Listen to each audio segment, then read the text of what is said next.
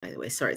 Hey, everyone. It's Dr. Naomi Wolf um, with Daily Cloud, and I'm here with someone whom I respect pretty much as much as I respect anyone in the world right now, or maybe more than I respect almost anyone in the world, and that's our incredible COO, otherwise known as the amazing Amy Kelly. And Amy Kelly is also, as many of you know, the extraordinary director of the 3,250 War Room Daily Cloud Pfizer documents analysis researchers who have produced under her leadership 80 reports, or probably over 80 by now. Welcome. 85. 85. You're Mhm. unbelievable. Welcome, Amy Yeah. Kelly. Thank you. And Glad I to be don't here. Oh, yes. And Mhm. I don't think it's too much to say that the world literally would not know about what's in the Pfizer documents and this greatest crime against humanity in recorded history, in my view, if it weren't for you and your Yeah. oversight of these thousands of people around the world who are literally working, using their expertise as volunteers in the service of humanity and doing real science and real medical analysis. So thank you again for that. Thank you. Okay, so I asked you to join me today because you have produced a bombshell, and it's right now up on Daily Cloud. And the title is 46 pages FOIA emails between CDC leaders, Dr. Fauci, Dr. Collins, and the White House. NIH and HHS show they knew about vaccine-induced myocarditis and thrombotic thrombocytopenia, a blood clotting disorder, and the emails are over 80% redacted. So tell us, Mhm. how did you see these emails in the first place?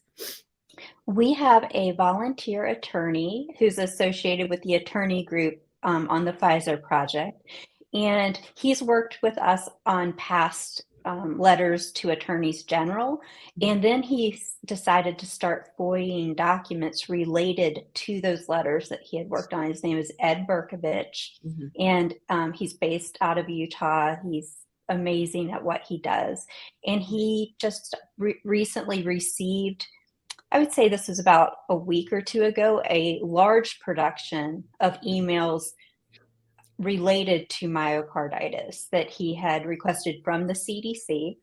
And then in that, what he received, it said you're going to get 46 additional pages, but they're related to other government entities. So we have to like check with them before we send it. So this Right. one you're talking about now is that additional 46 pages that he just received and passed along to us. Unbelievable. So I'm going to fill in a tiny bit of Mhm. shocking detail.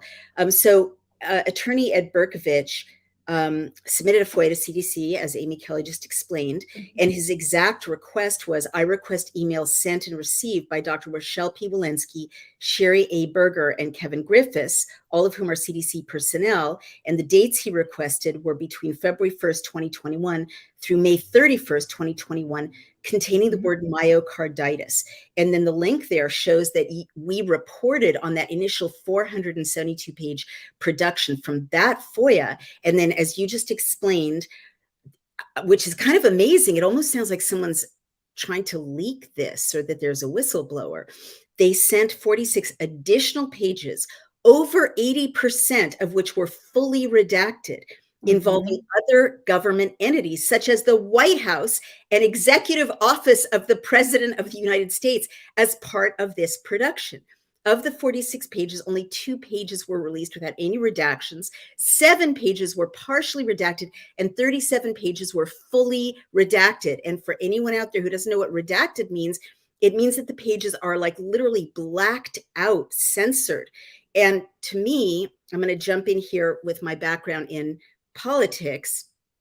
The reason I freaked out when you first told me what you found, Amy, it's partly that, all of these public health officials at the highest levels knew about Mhm. myocarditis, heart damage, and thrombotic thrombocytopenia, which is a blood clotting disorder. We've heard so much about blood clots. So they knew in 2021 that this was happening. But the thing that made me go, I mean, I won't even repeat what I said when you told me because my head was exploding, was that the reason, and this is why you're such an amazing investigative reporter, as well as all the other amazing things you are, that the code they used, you looked up the code they used to redact, which is genius. And what you found out is that the redactions were pursuant to 5 USC 552 exemptions 5 and 6. And please explain to us what exemptions 5 and 6 are and why this is so historic. 5 is really the more important one. In this context, it has to do with communications related either to the president or his close advisors. And so that's why I just it's 80% redacted. Oh my Yeah. gosh. I know you are so good at, keeping your composure Mhm. and not kind of being overwhelmed on camera. I will just share that I am currently overwhelmed in this moment at what you shared with me yesterday, what you're sharing with the audience now. People Mhm. have to understand that the code the CDC used for the redactions had to do with presidential communications. I'm not overstating that, right, Amy? No, you aren't. And in fact, I'm going to quote Exemption 5, therefore, incorporates the privileges that protect materials from discovery in litigation, attorney client privileges, but also, and you bolded this as you should, information withheld under this exemption was protected under the deliberative process and presidential communications privileges. And then I'm going to go on to the next bolded section. People really have to process what Amy's saying and what I'm sharing. The presidential communications privilege protects documents solicited and received by the president or his immediate White House advisors who have broad and significant responsibility for investigating and formulating the advice to be given to the president, period, end quote. So that's not Yes. your opinion, right, Amy Kelly? That's literally what this exemption is. That's a quote. Would you elaborate on that, please?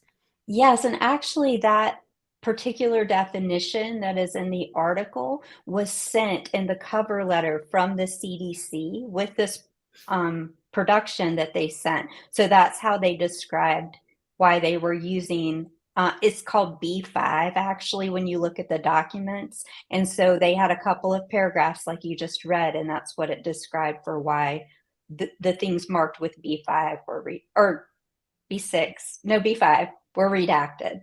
Right. Oh my gosh. So I Mhm. I have to say, and again, I know it's not your job to do the political analysis, but I can't help myself. What that like obviously this requires a Mhm. ton more investigation and certainly congressional investigation, certainly all the major legacy media. I'm waiting for you to jump on this biggest story of our time that once again Amy Kelly and volunteers have broken.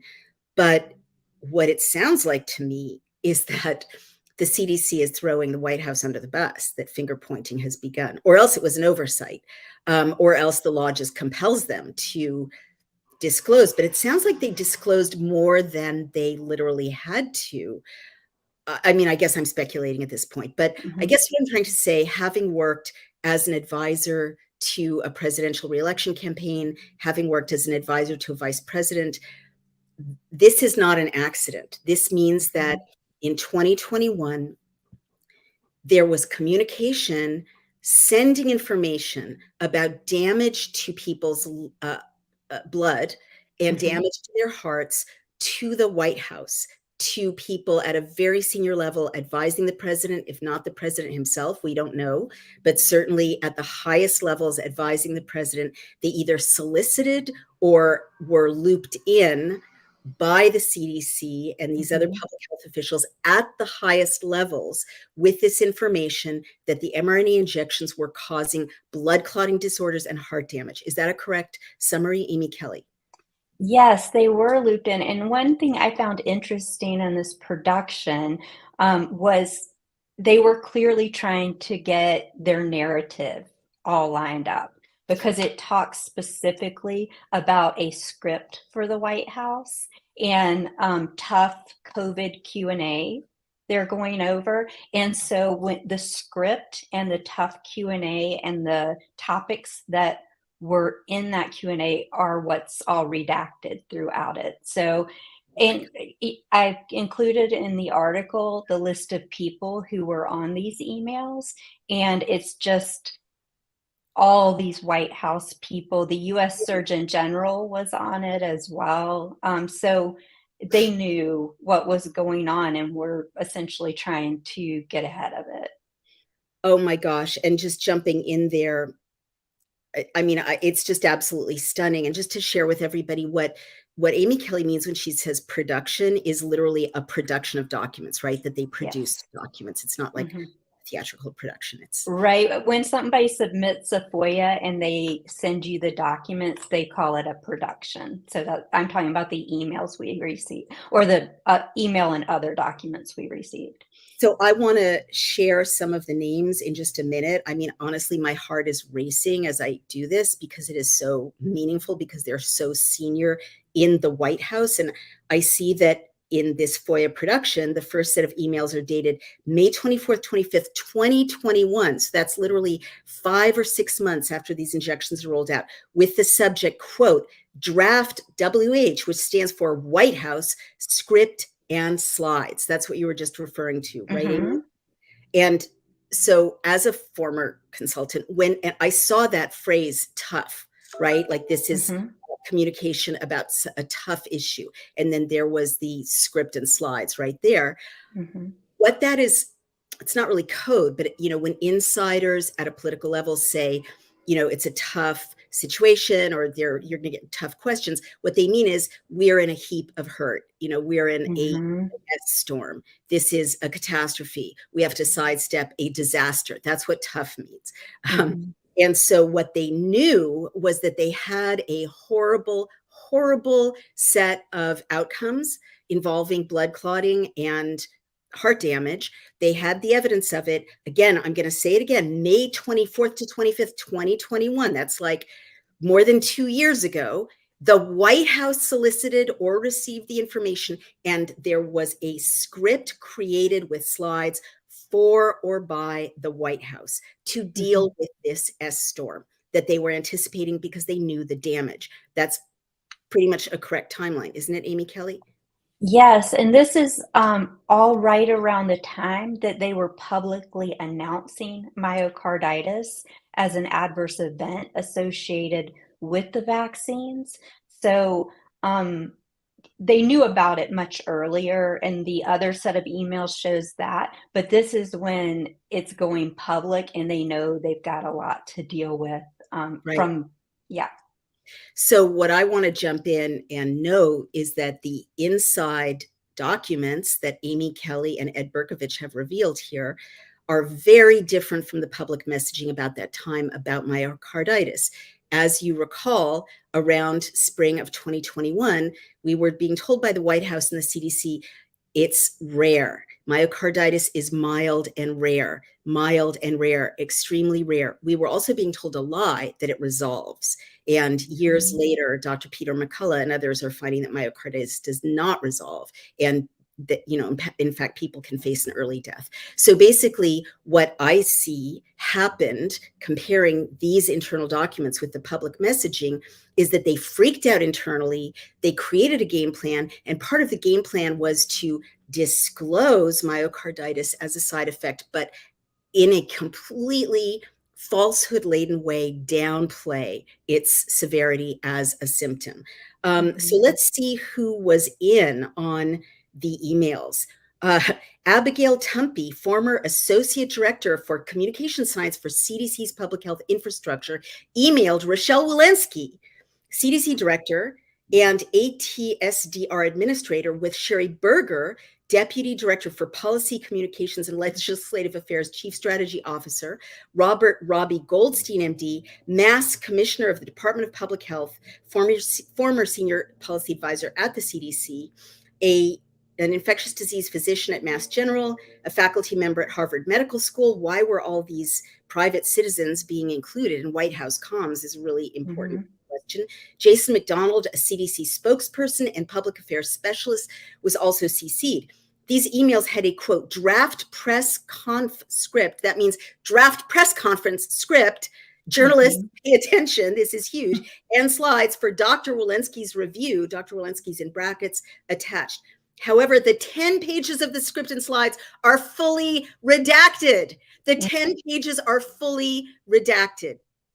meaning that they're redacted because of presidential involvement or some other reason that is not being disclosed. But this is a script that the White House was creating that we've busted open via Amy Kelly and Ed Berkovich, that the White House is still trying to keep you from knowing what is in the script.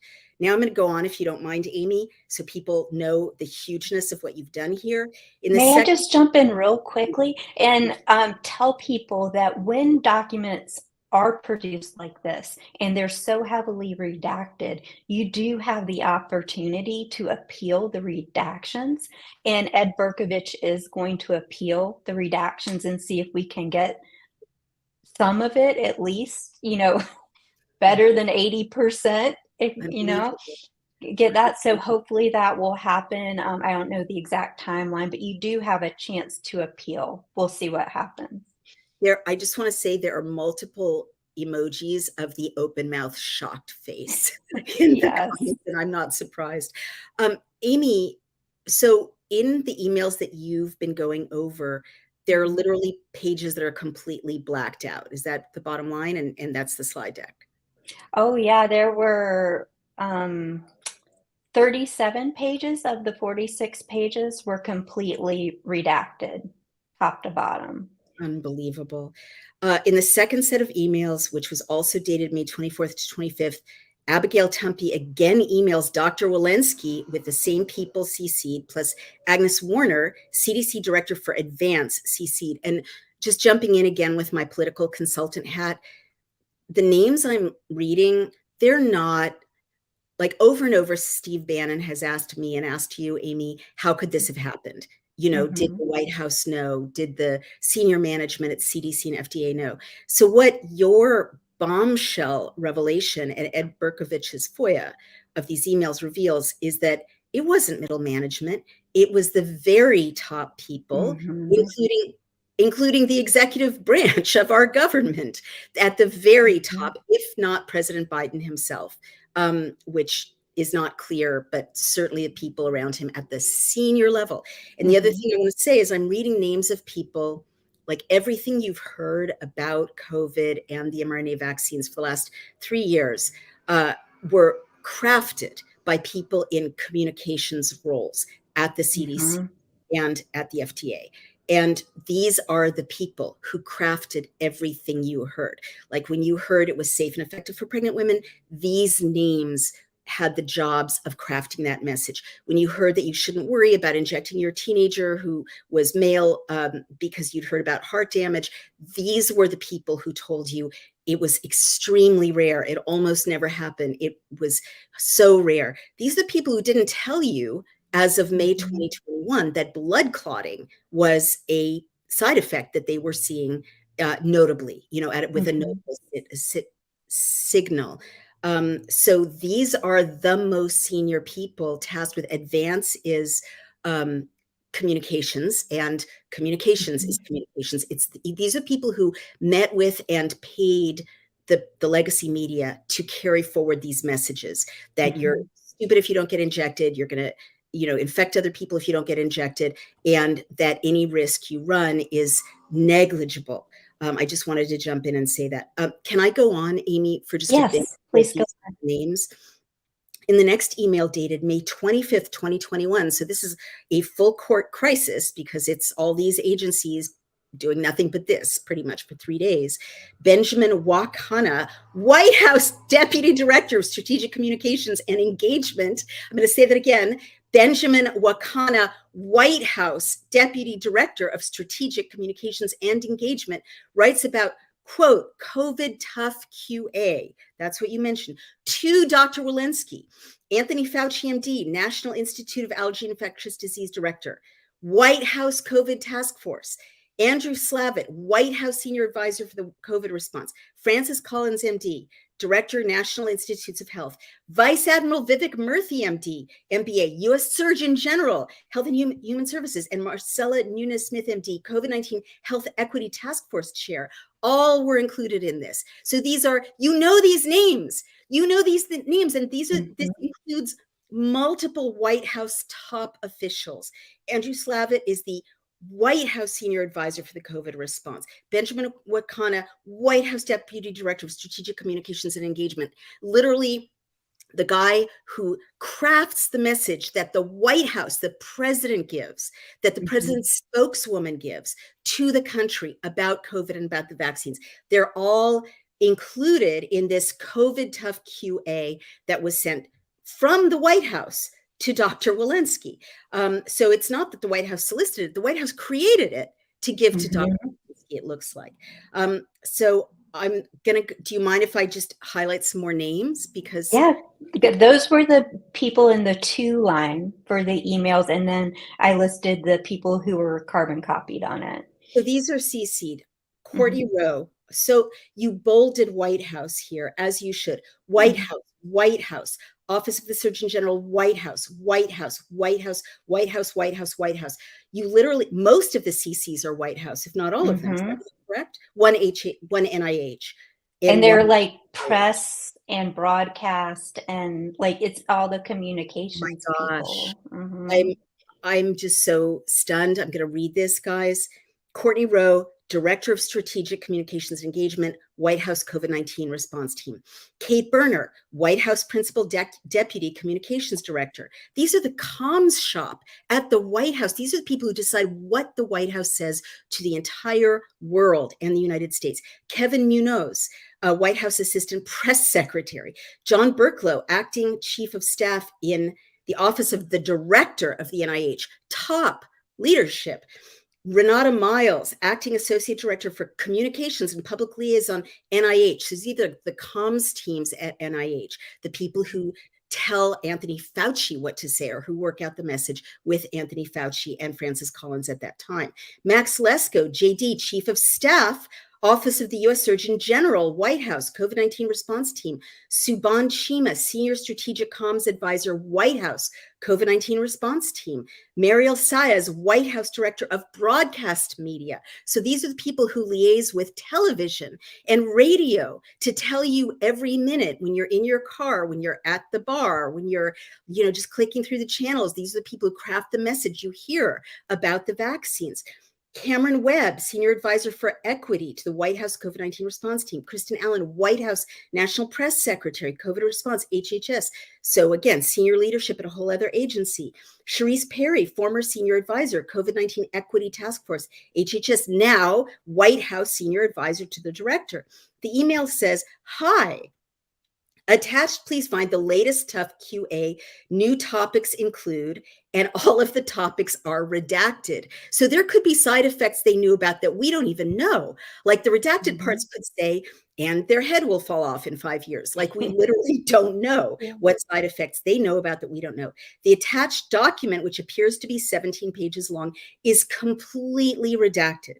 And the final email, and I promise I'll turn it back over to you, is from Grace Kwok, White House advisor to the Deputy COVID-19 Response Coordinator, Executive Office of the President is where she works, asking Dr. Walensky's executive assistant, Lynn Gershman, where to find, quote, papers/briefings about, quote, updates on TTS, which is thrombotic thrombocytopenia syndrome, comma, myocarditis, etc.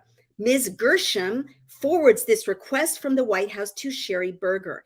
And there you link the whole FOIA production. So basically, I promise I'll stop, but just so everyone understands, the executive office of the president's Grace Kwok, White House advisor to the COVID-19 response, knows in May of 2021 about myocarditis and about thrombotic thrombocytopenia, which is blood clots. And we in the Pfizer documents have seen blood clots, lung clots, leg clots, catastrophic platelet disorders. And they know about it, and they're crafting messaging so that you won't know about it at the level of the president's office over 2.5 years ago.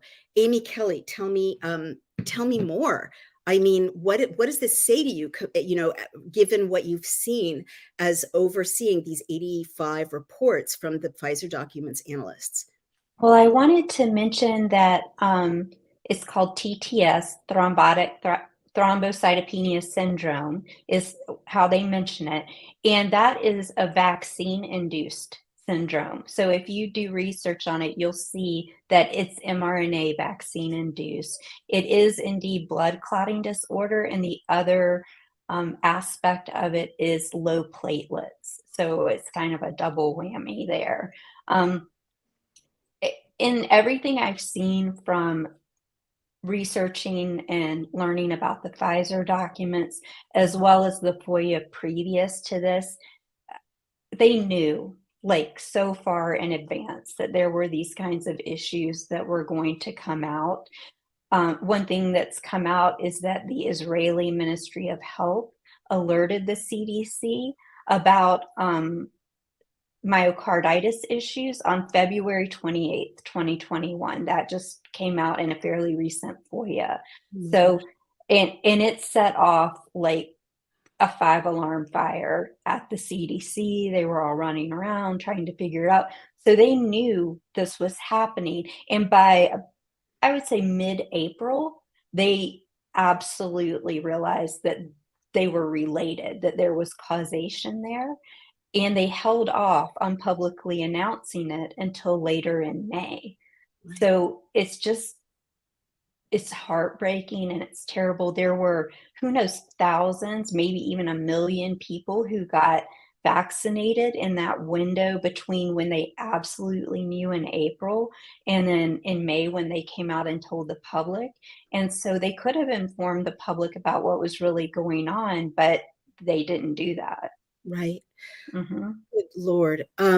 Well, I'm sorry, I don't know how to get rid of that comment. So maybe you know, but I I do.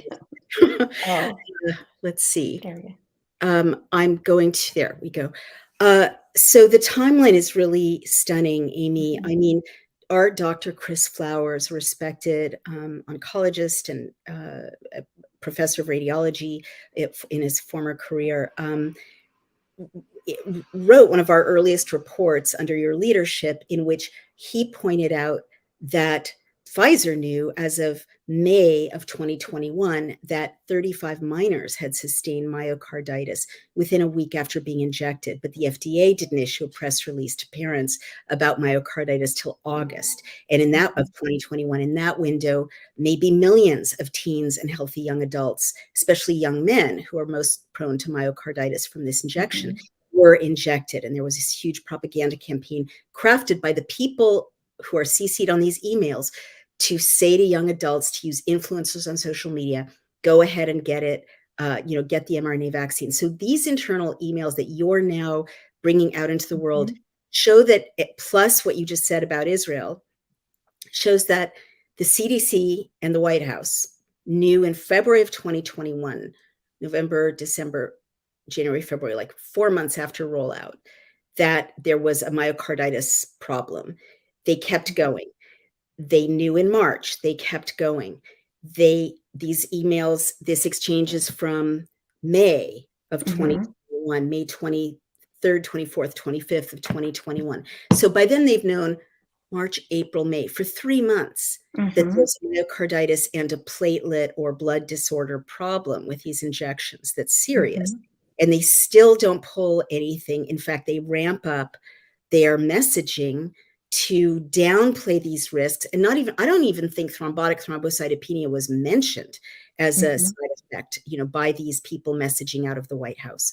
Was it, Amy, in your memory? I don't recall it being mentioned. You can definitely find literature on it now searching online, but I don't think it's ever officially been put out there as an adverse event of which they've made the public aware. And what did anything in the 472 pages of emails that you received previously prepare you for these 46 emails? I mean, 46 Yes, of emails? yes, for some of the same, not necessarily all of the White House players, but some of the same players showed up in those other emails. For example, the last woman you mentioned, Grace Kwok, she was in the other ones. That production shows that in April, there were all kinds of communications going back and forth about myocarditis among high level CDC personnel. Sometimes NIH, HHS was looped in, and they will in those communications, if you go and read the post about it, you'll see that they do come out and say, yes, we know about myocarditis being an issue. And every time they say that publicly, they wrap it up, and we still recommend vaccination for people ages 12 and over. So, Oh my and gosh. that goes with what you said about they're saying it's rare, it's mild, it self-resolves, things that just aren't true if you actually look at what's known about myocarditis and the long-term side effects. Oh my And, God. but that's what was being repeated in their public communications. And Amy, I just can't. I mean, it's so hard to process this because my mind is going back in time, right? And thinking of 2021, Dr. Fauci was every day, every day on every major news outlet saying safe and effective, safe and effective. You're going to die if you don't get it. You're going to die if you don't get it. And at that point, they knew, certainly Mm-hmm. by April, when they were running around, as the other document dump that you referenced, the other blog post Mm-hmm. you posted confirms that they had a problem on their hands that was serious, that people were getting very sick. And he kept lying and lying and lying. And Dr. Walensky lied her way right through 2021. And so now we know there's no way they didn't know. They knew because they're copied on these emails, or they knew in the president's case because his office was originating these emails and this script Mm-hmm. that we're not allowed to see. So this is so chilling. And the other thing I'm having trouble with, just Mm-hmm. absorbing what I know and putting it together, is during the same time period as you and I know, between November of 2020 and February of 2021, Mm-hmm. which is a period of time that the Pfizer documents that you've so historically and brilliantly overseen the interpretation of by these Mm-hmm. 3,250 doctors and scientists.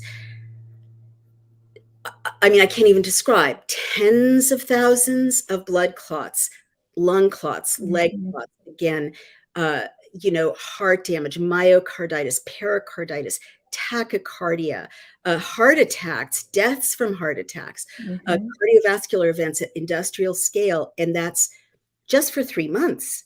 That's just for three Yes. months. And that's just Pfizer. And that ends prior even to Mm-hmm. this April freak out at the CDC. Well, And I went and looked, this, prompted me to go back and look at some things to see what I did know. And a couple of things of interest.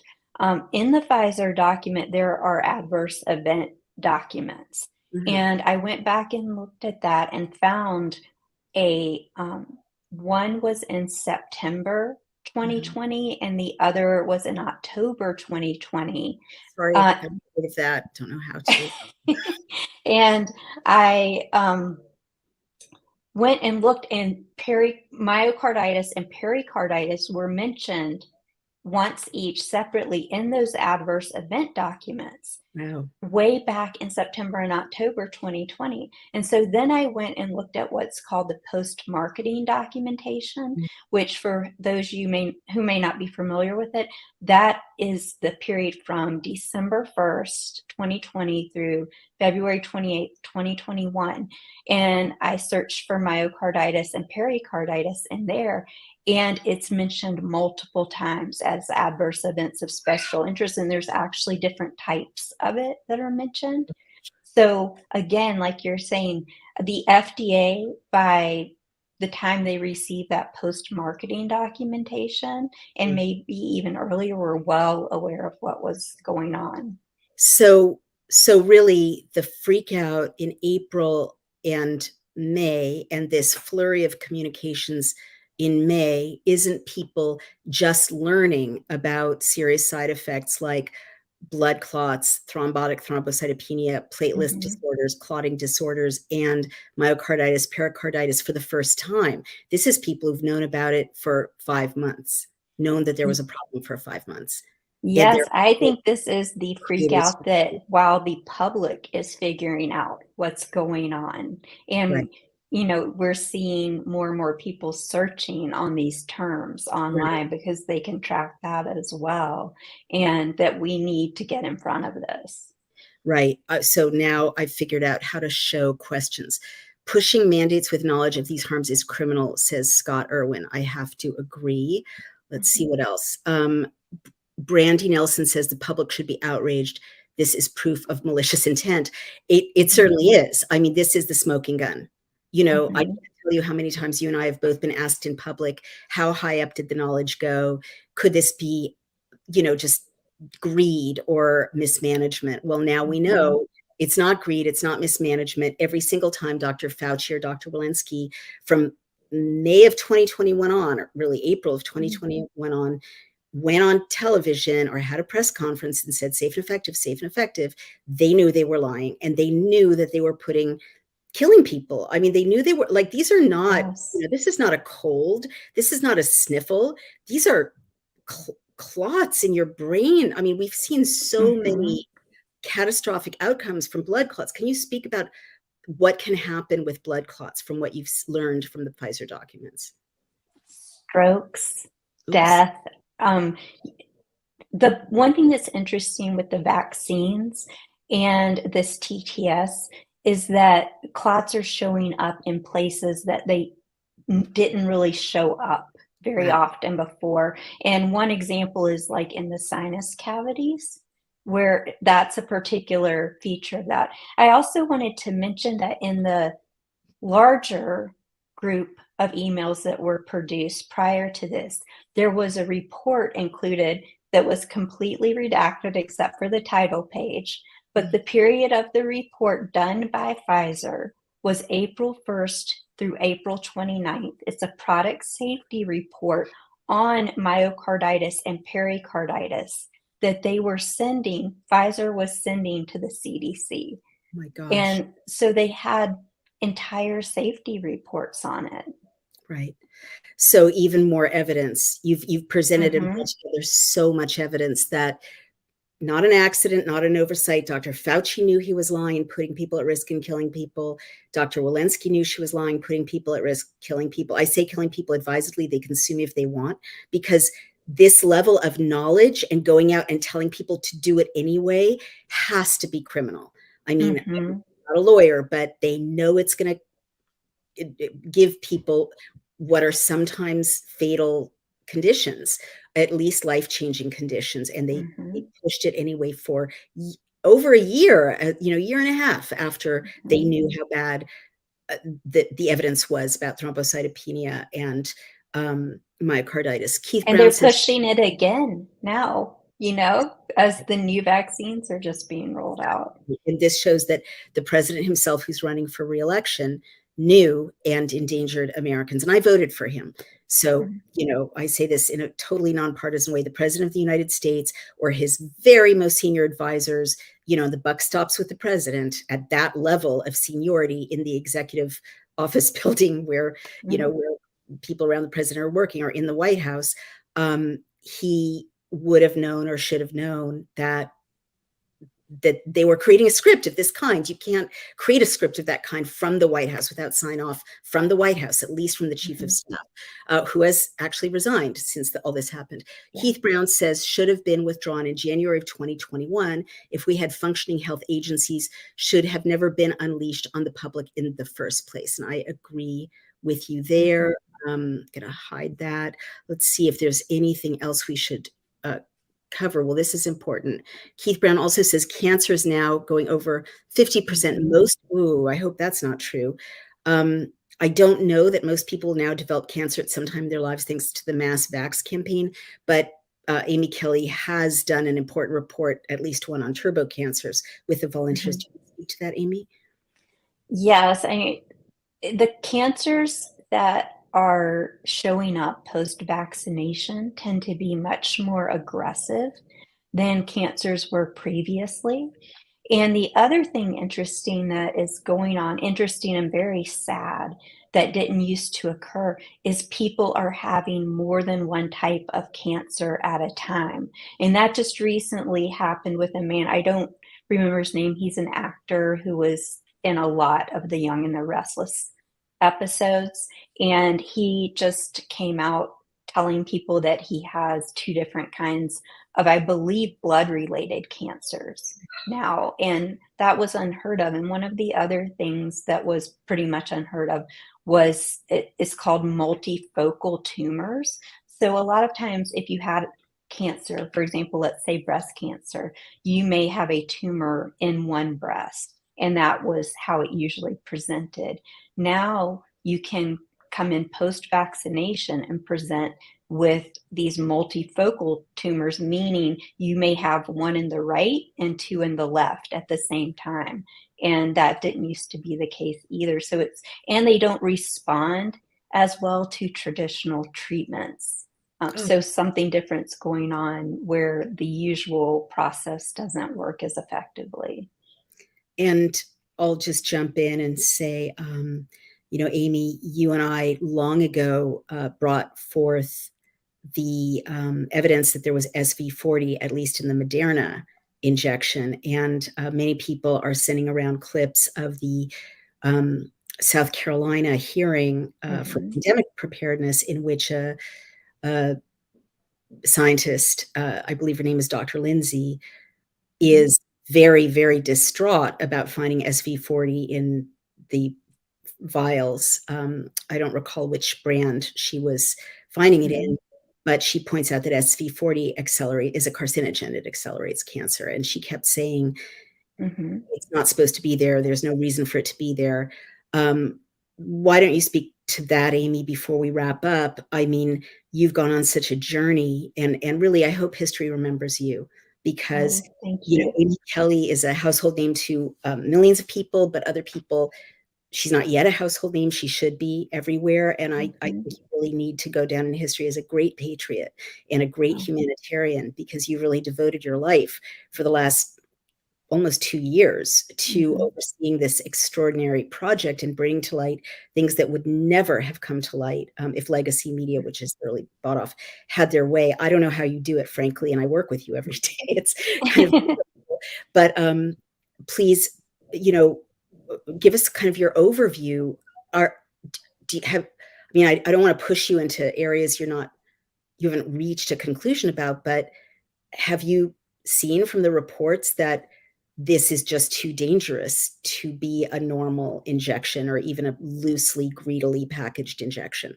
Or is that an overstatement from your point of view? No, this is not a normal injection. It's experimental gene therapy. And to not only roll it out on a mass scale, but to really have a campaign to push it on people all over the world, and on top of that, mandates for people, which in some cases are still going on. I just recently saw that an American hospital had rolled out mandates for these latest boosters, despite all the evidence of negative efficacy, which means that the more you inject, the more likely you are to get COVID over and over again.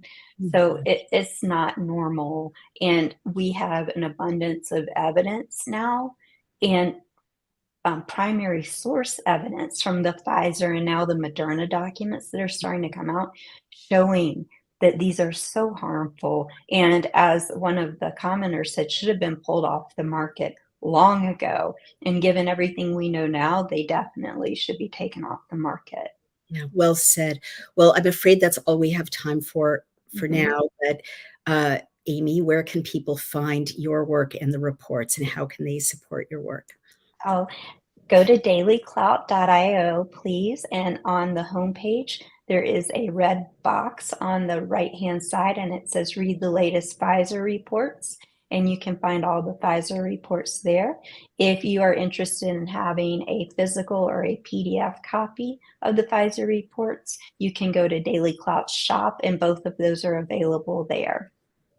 Thank you so much. And I Mhm. just also want to say it's expensive to run this project, and to pay for hosting and editorial and social media and all the things we do to bring these facts to you. So please support us at dailycloud.io, donate to us at dailycloud.io.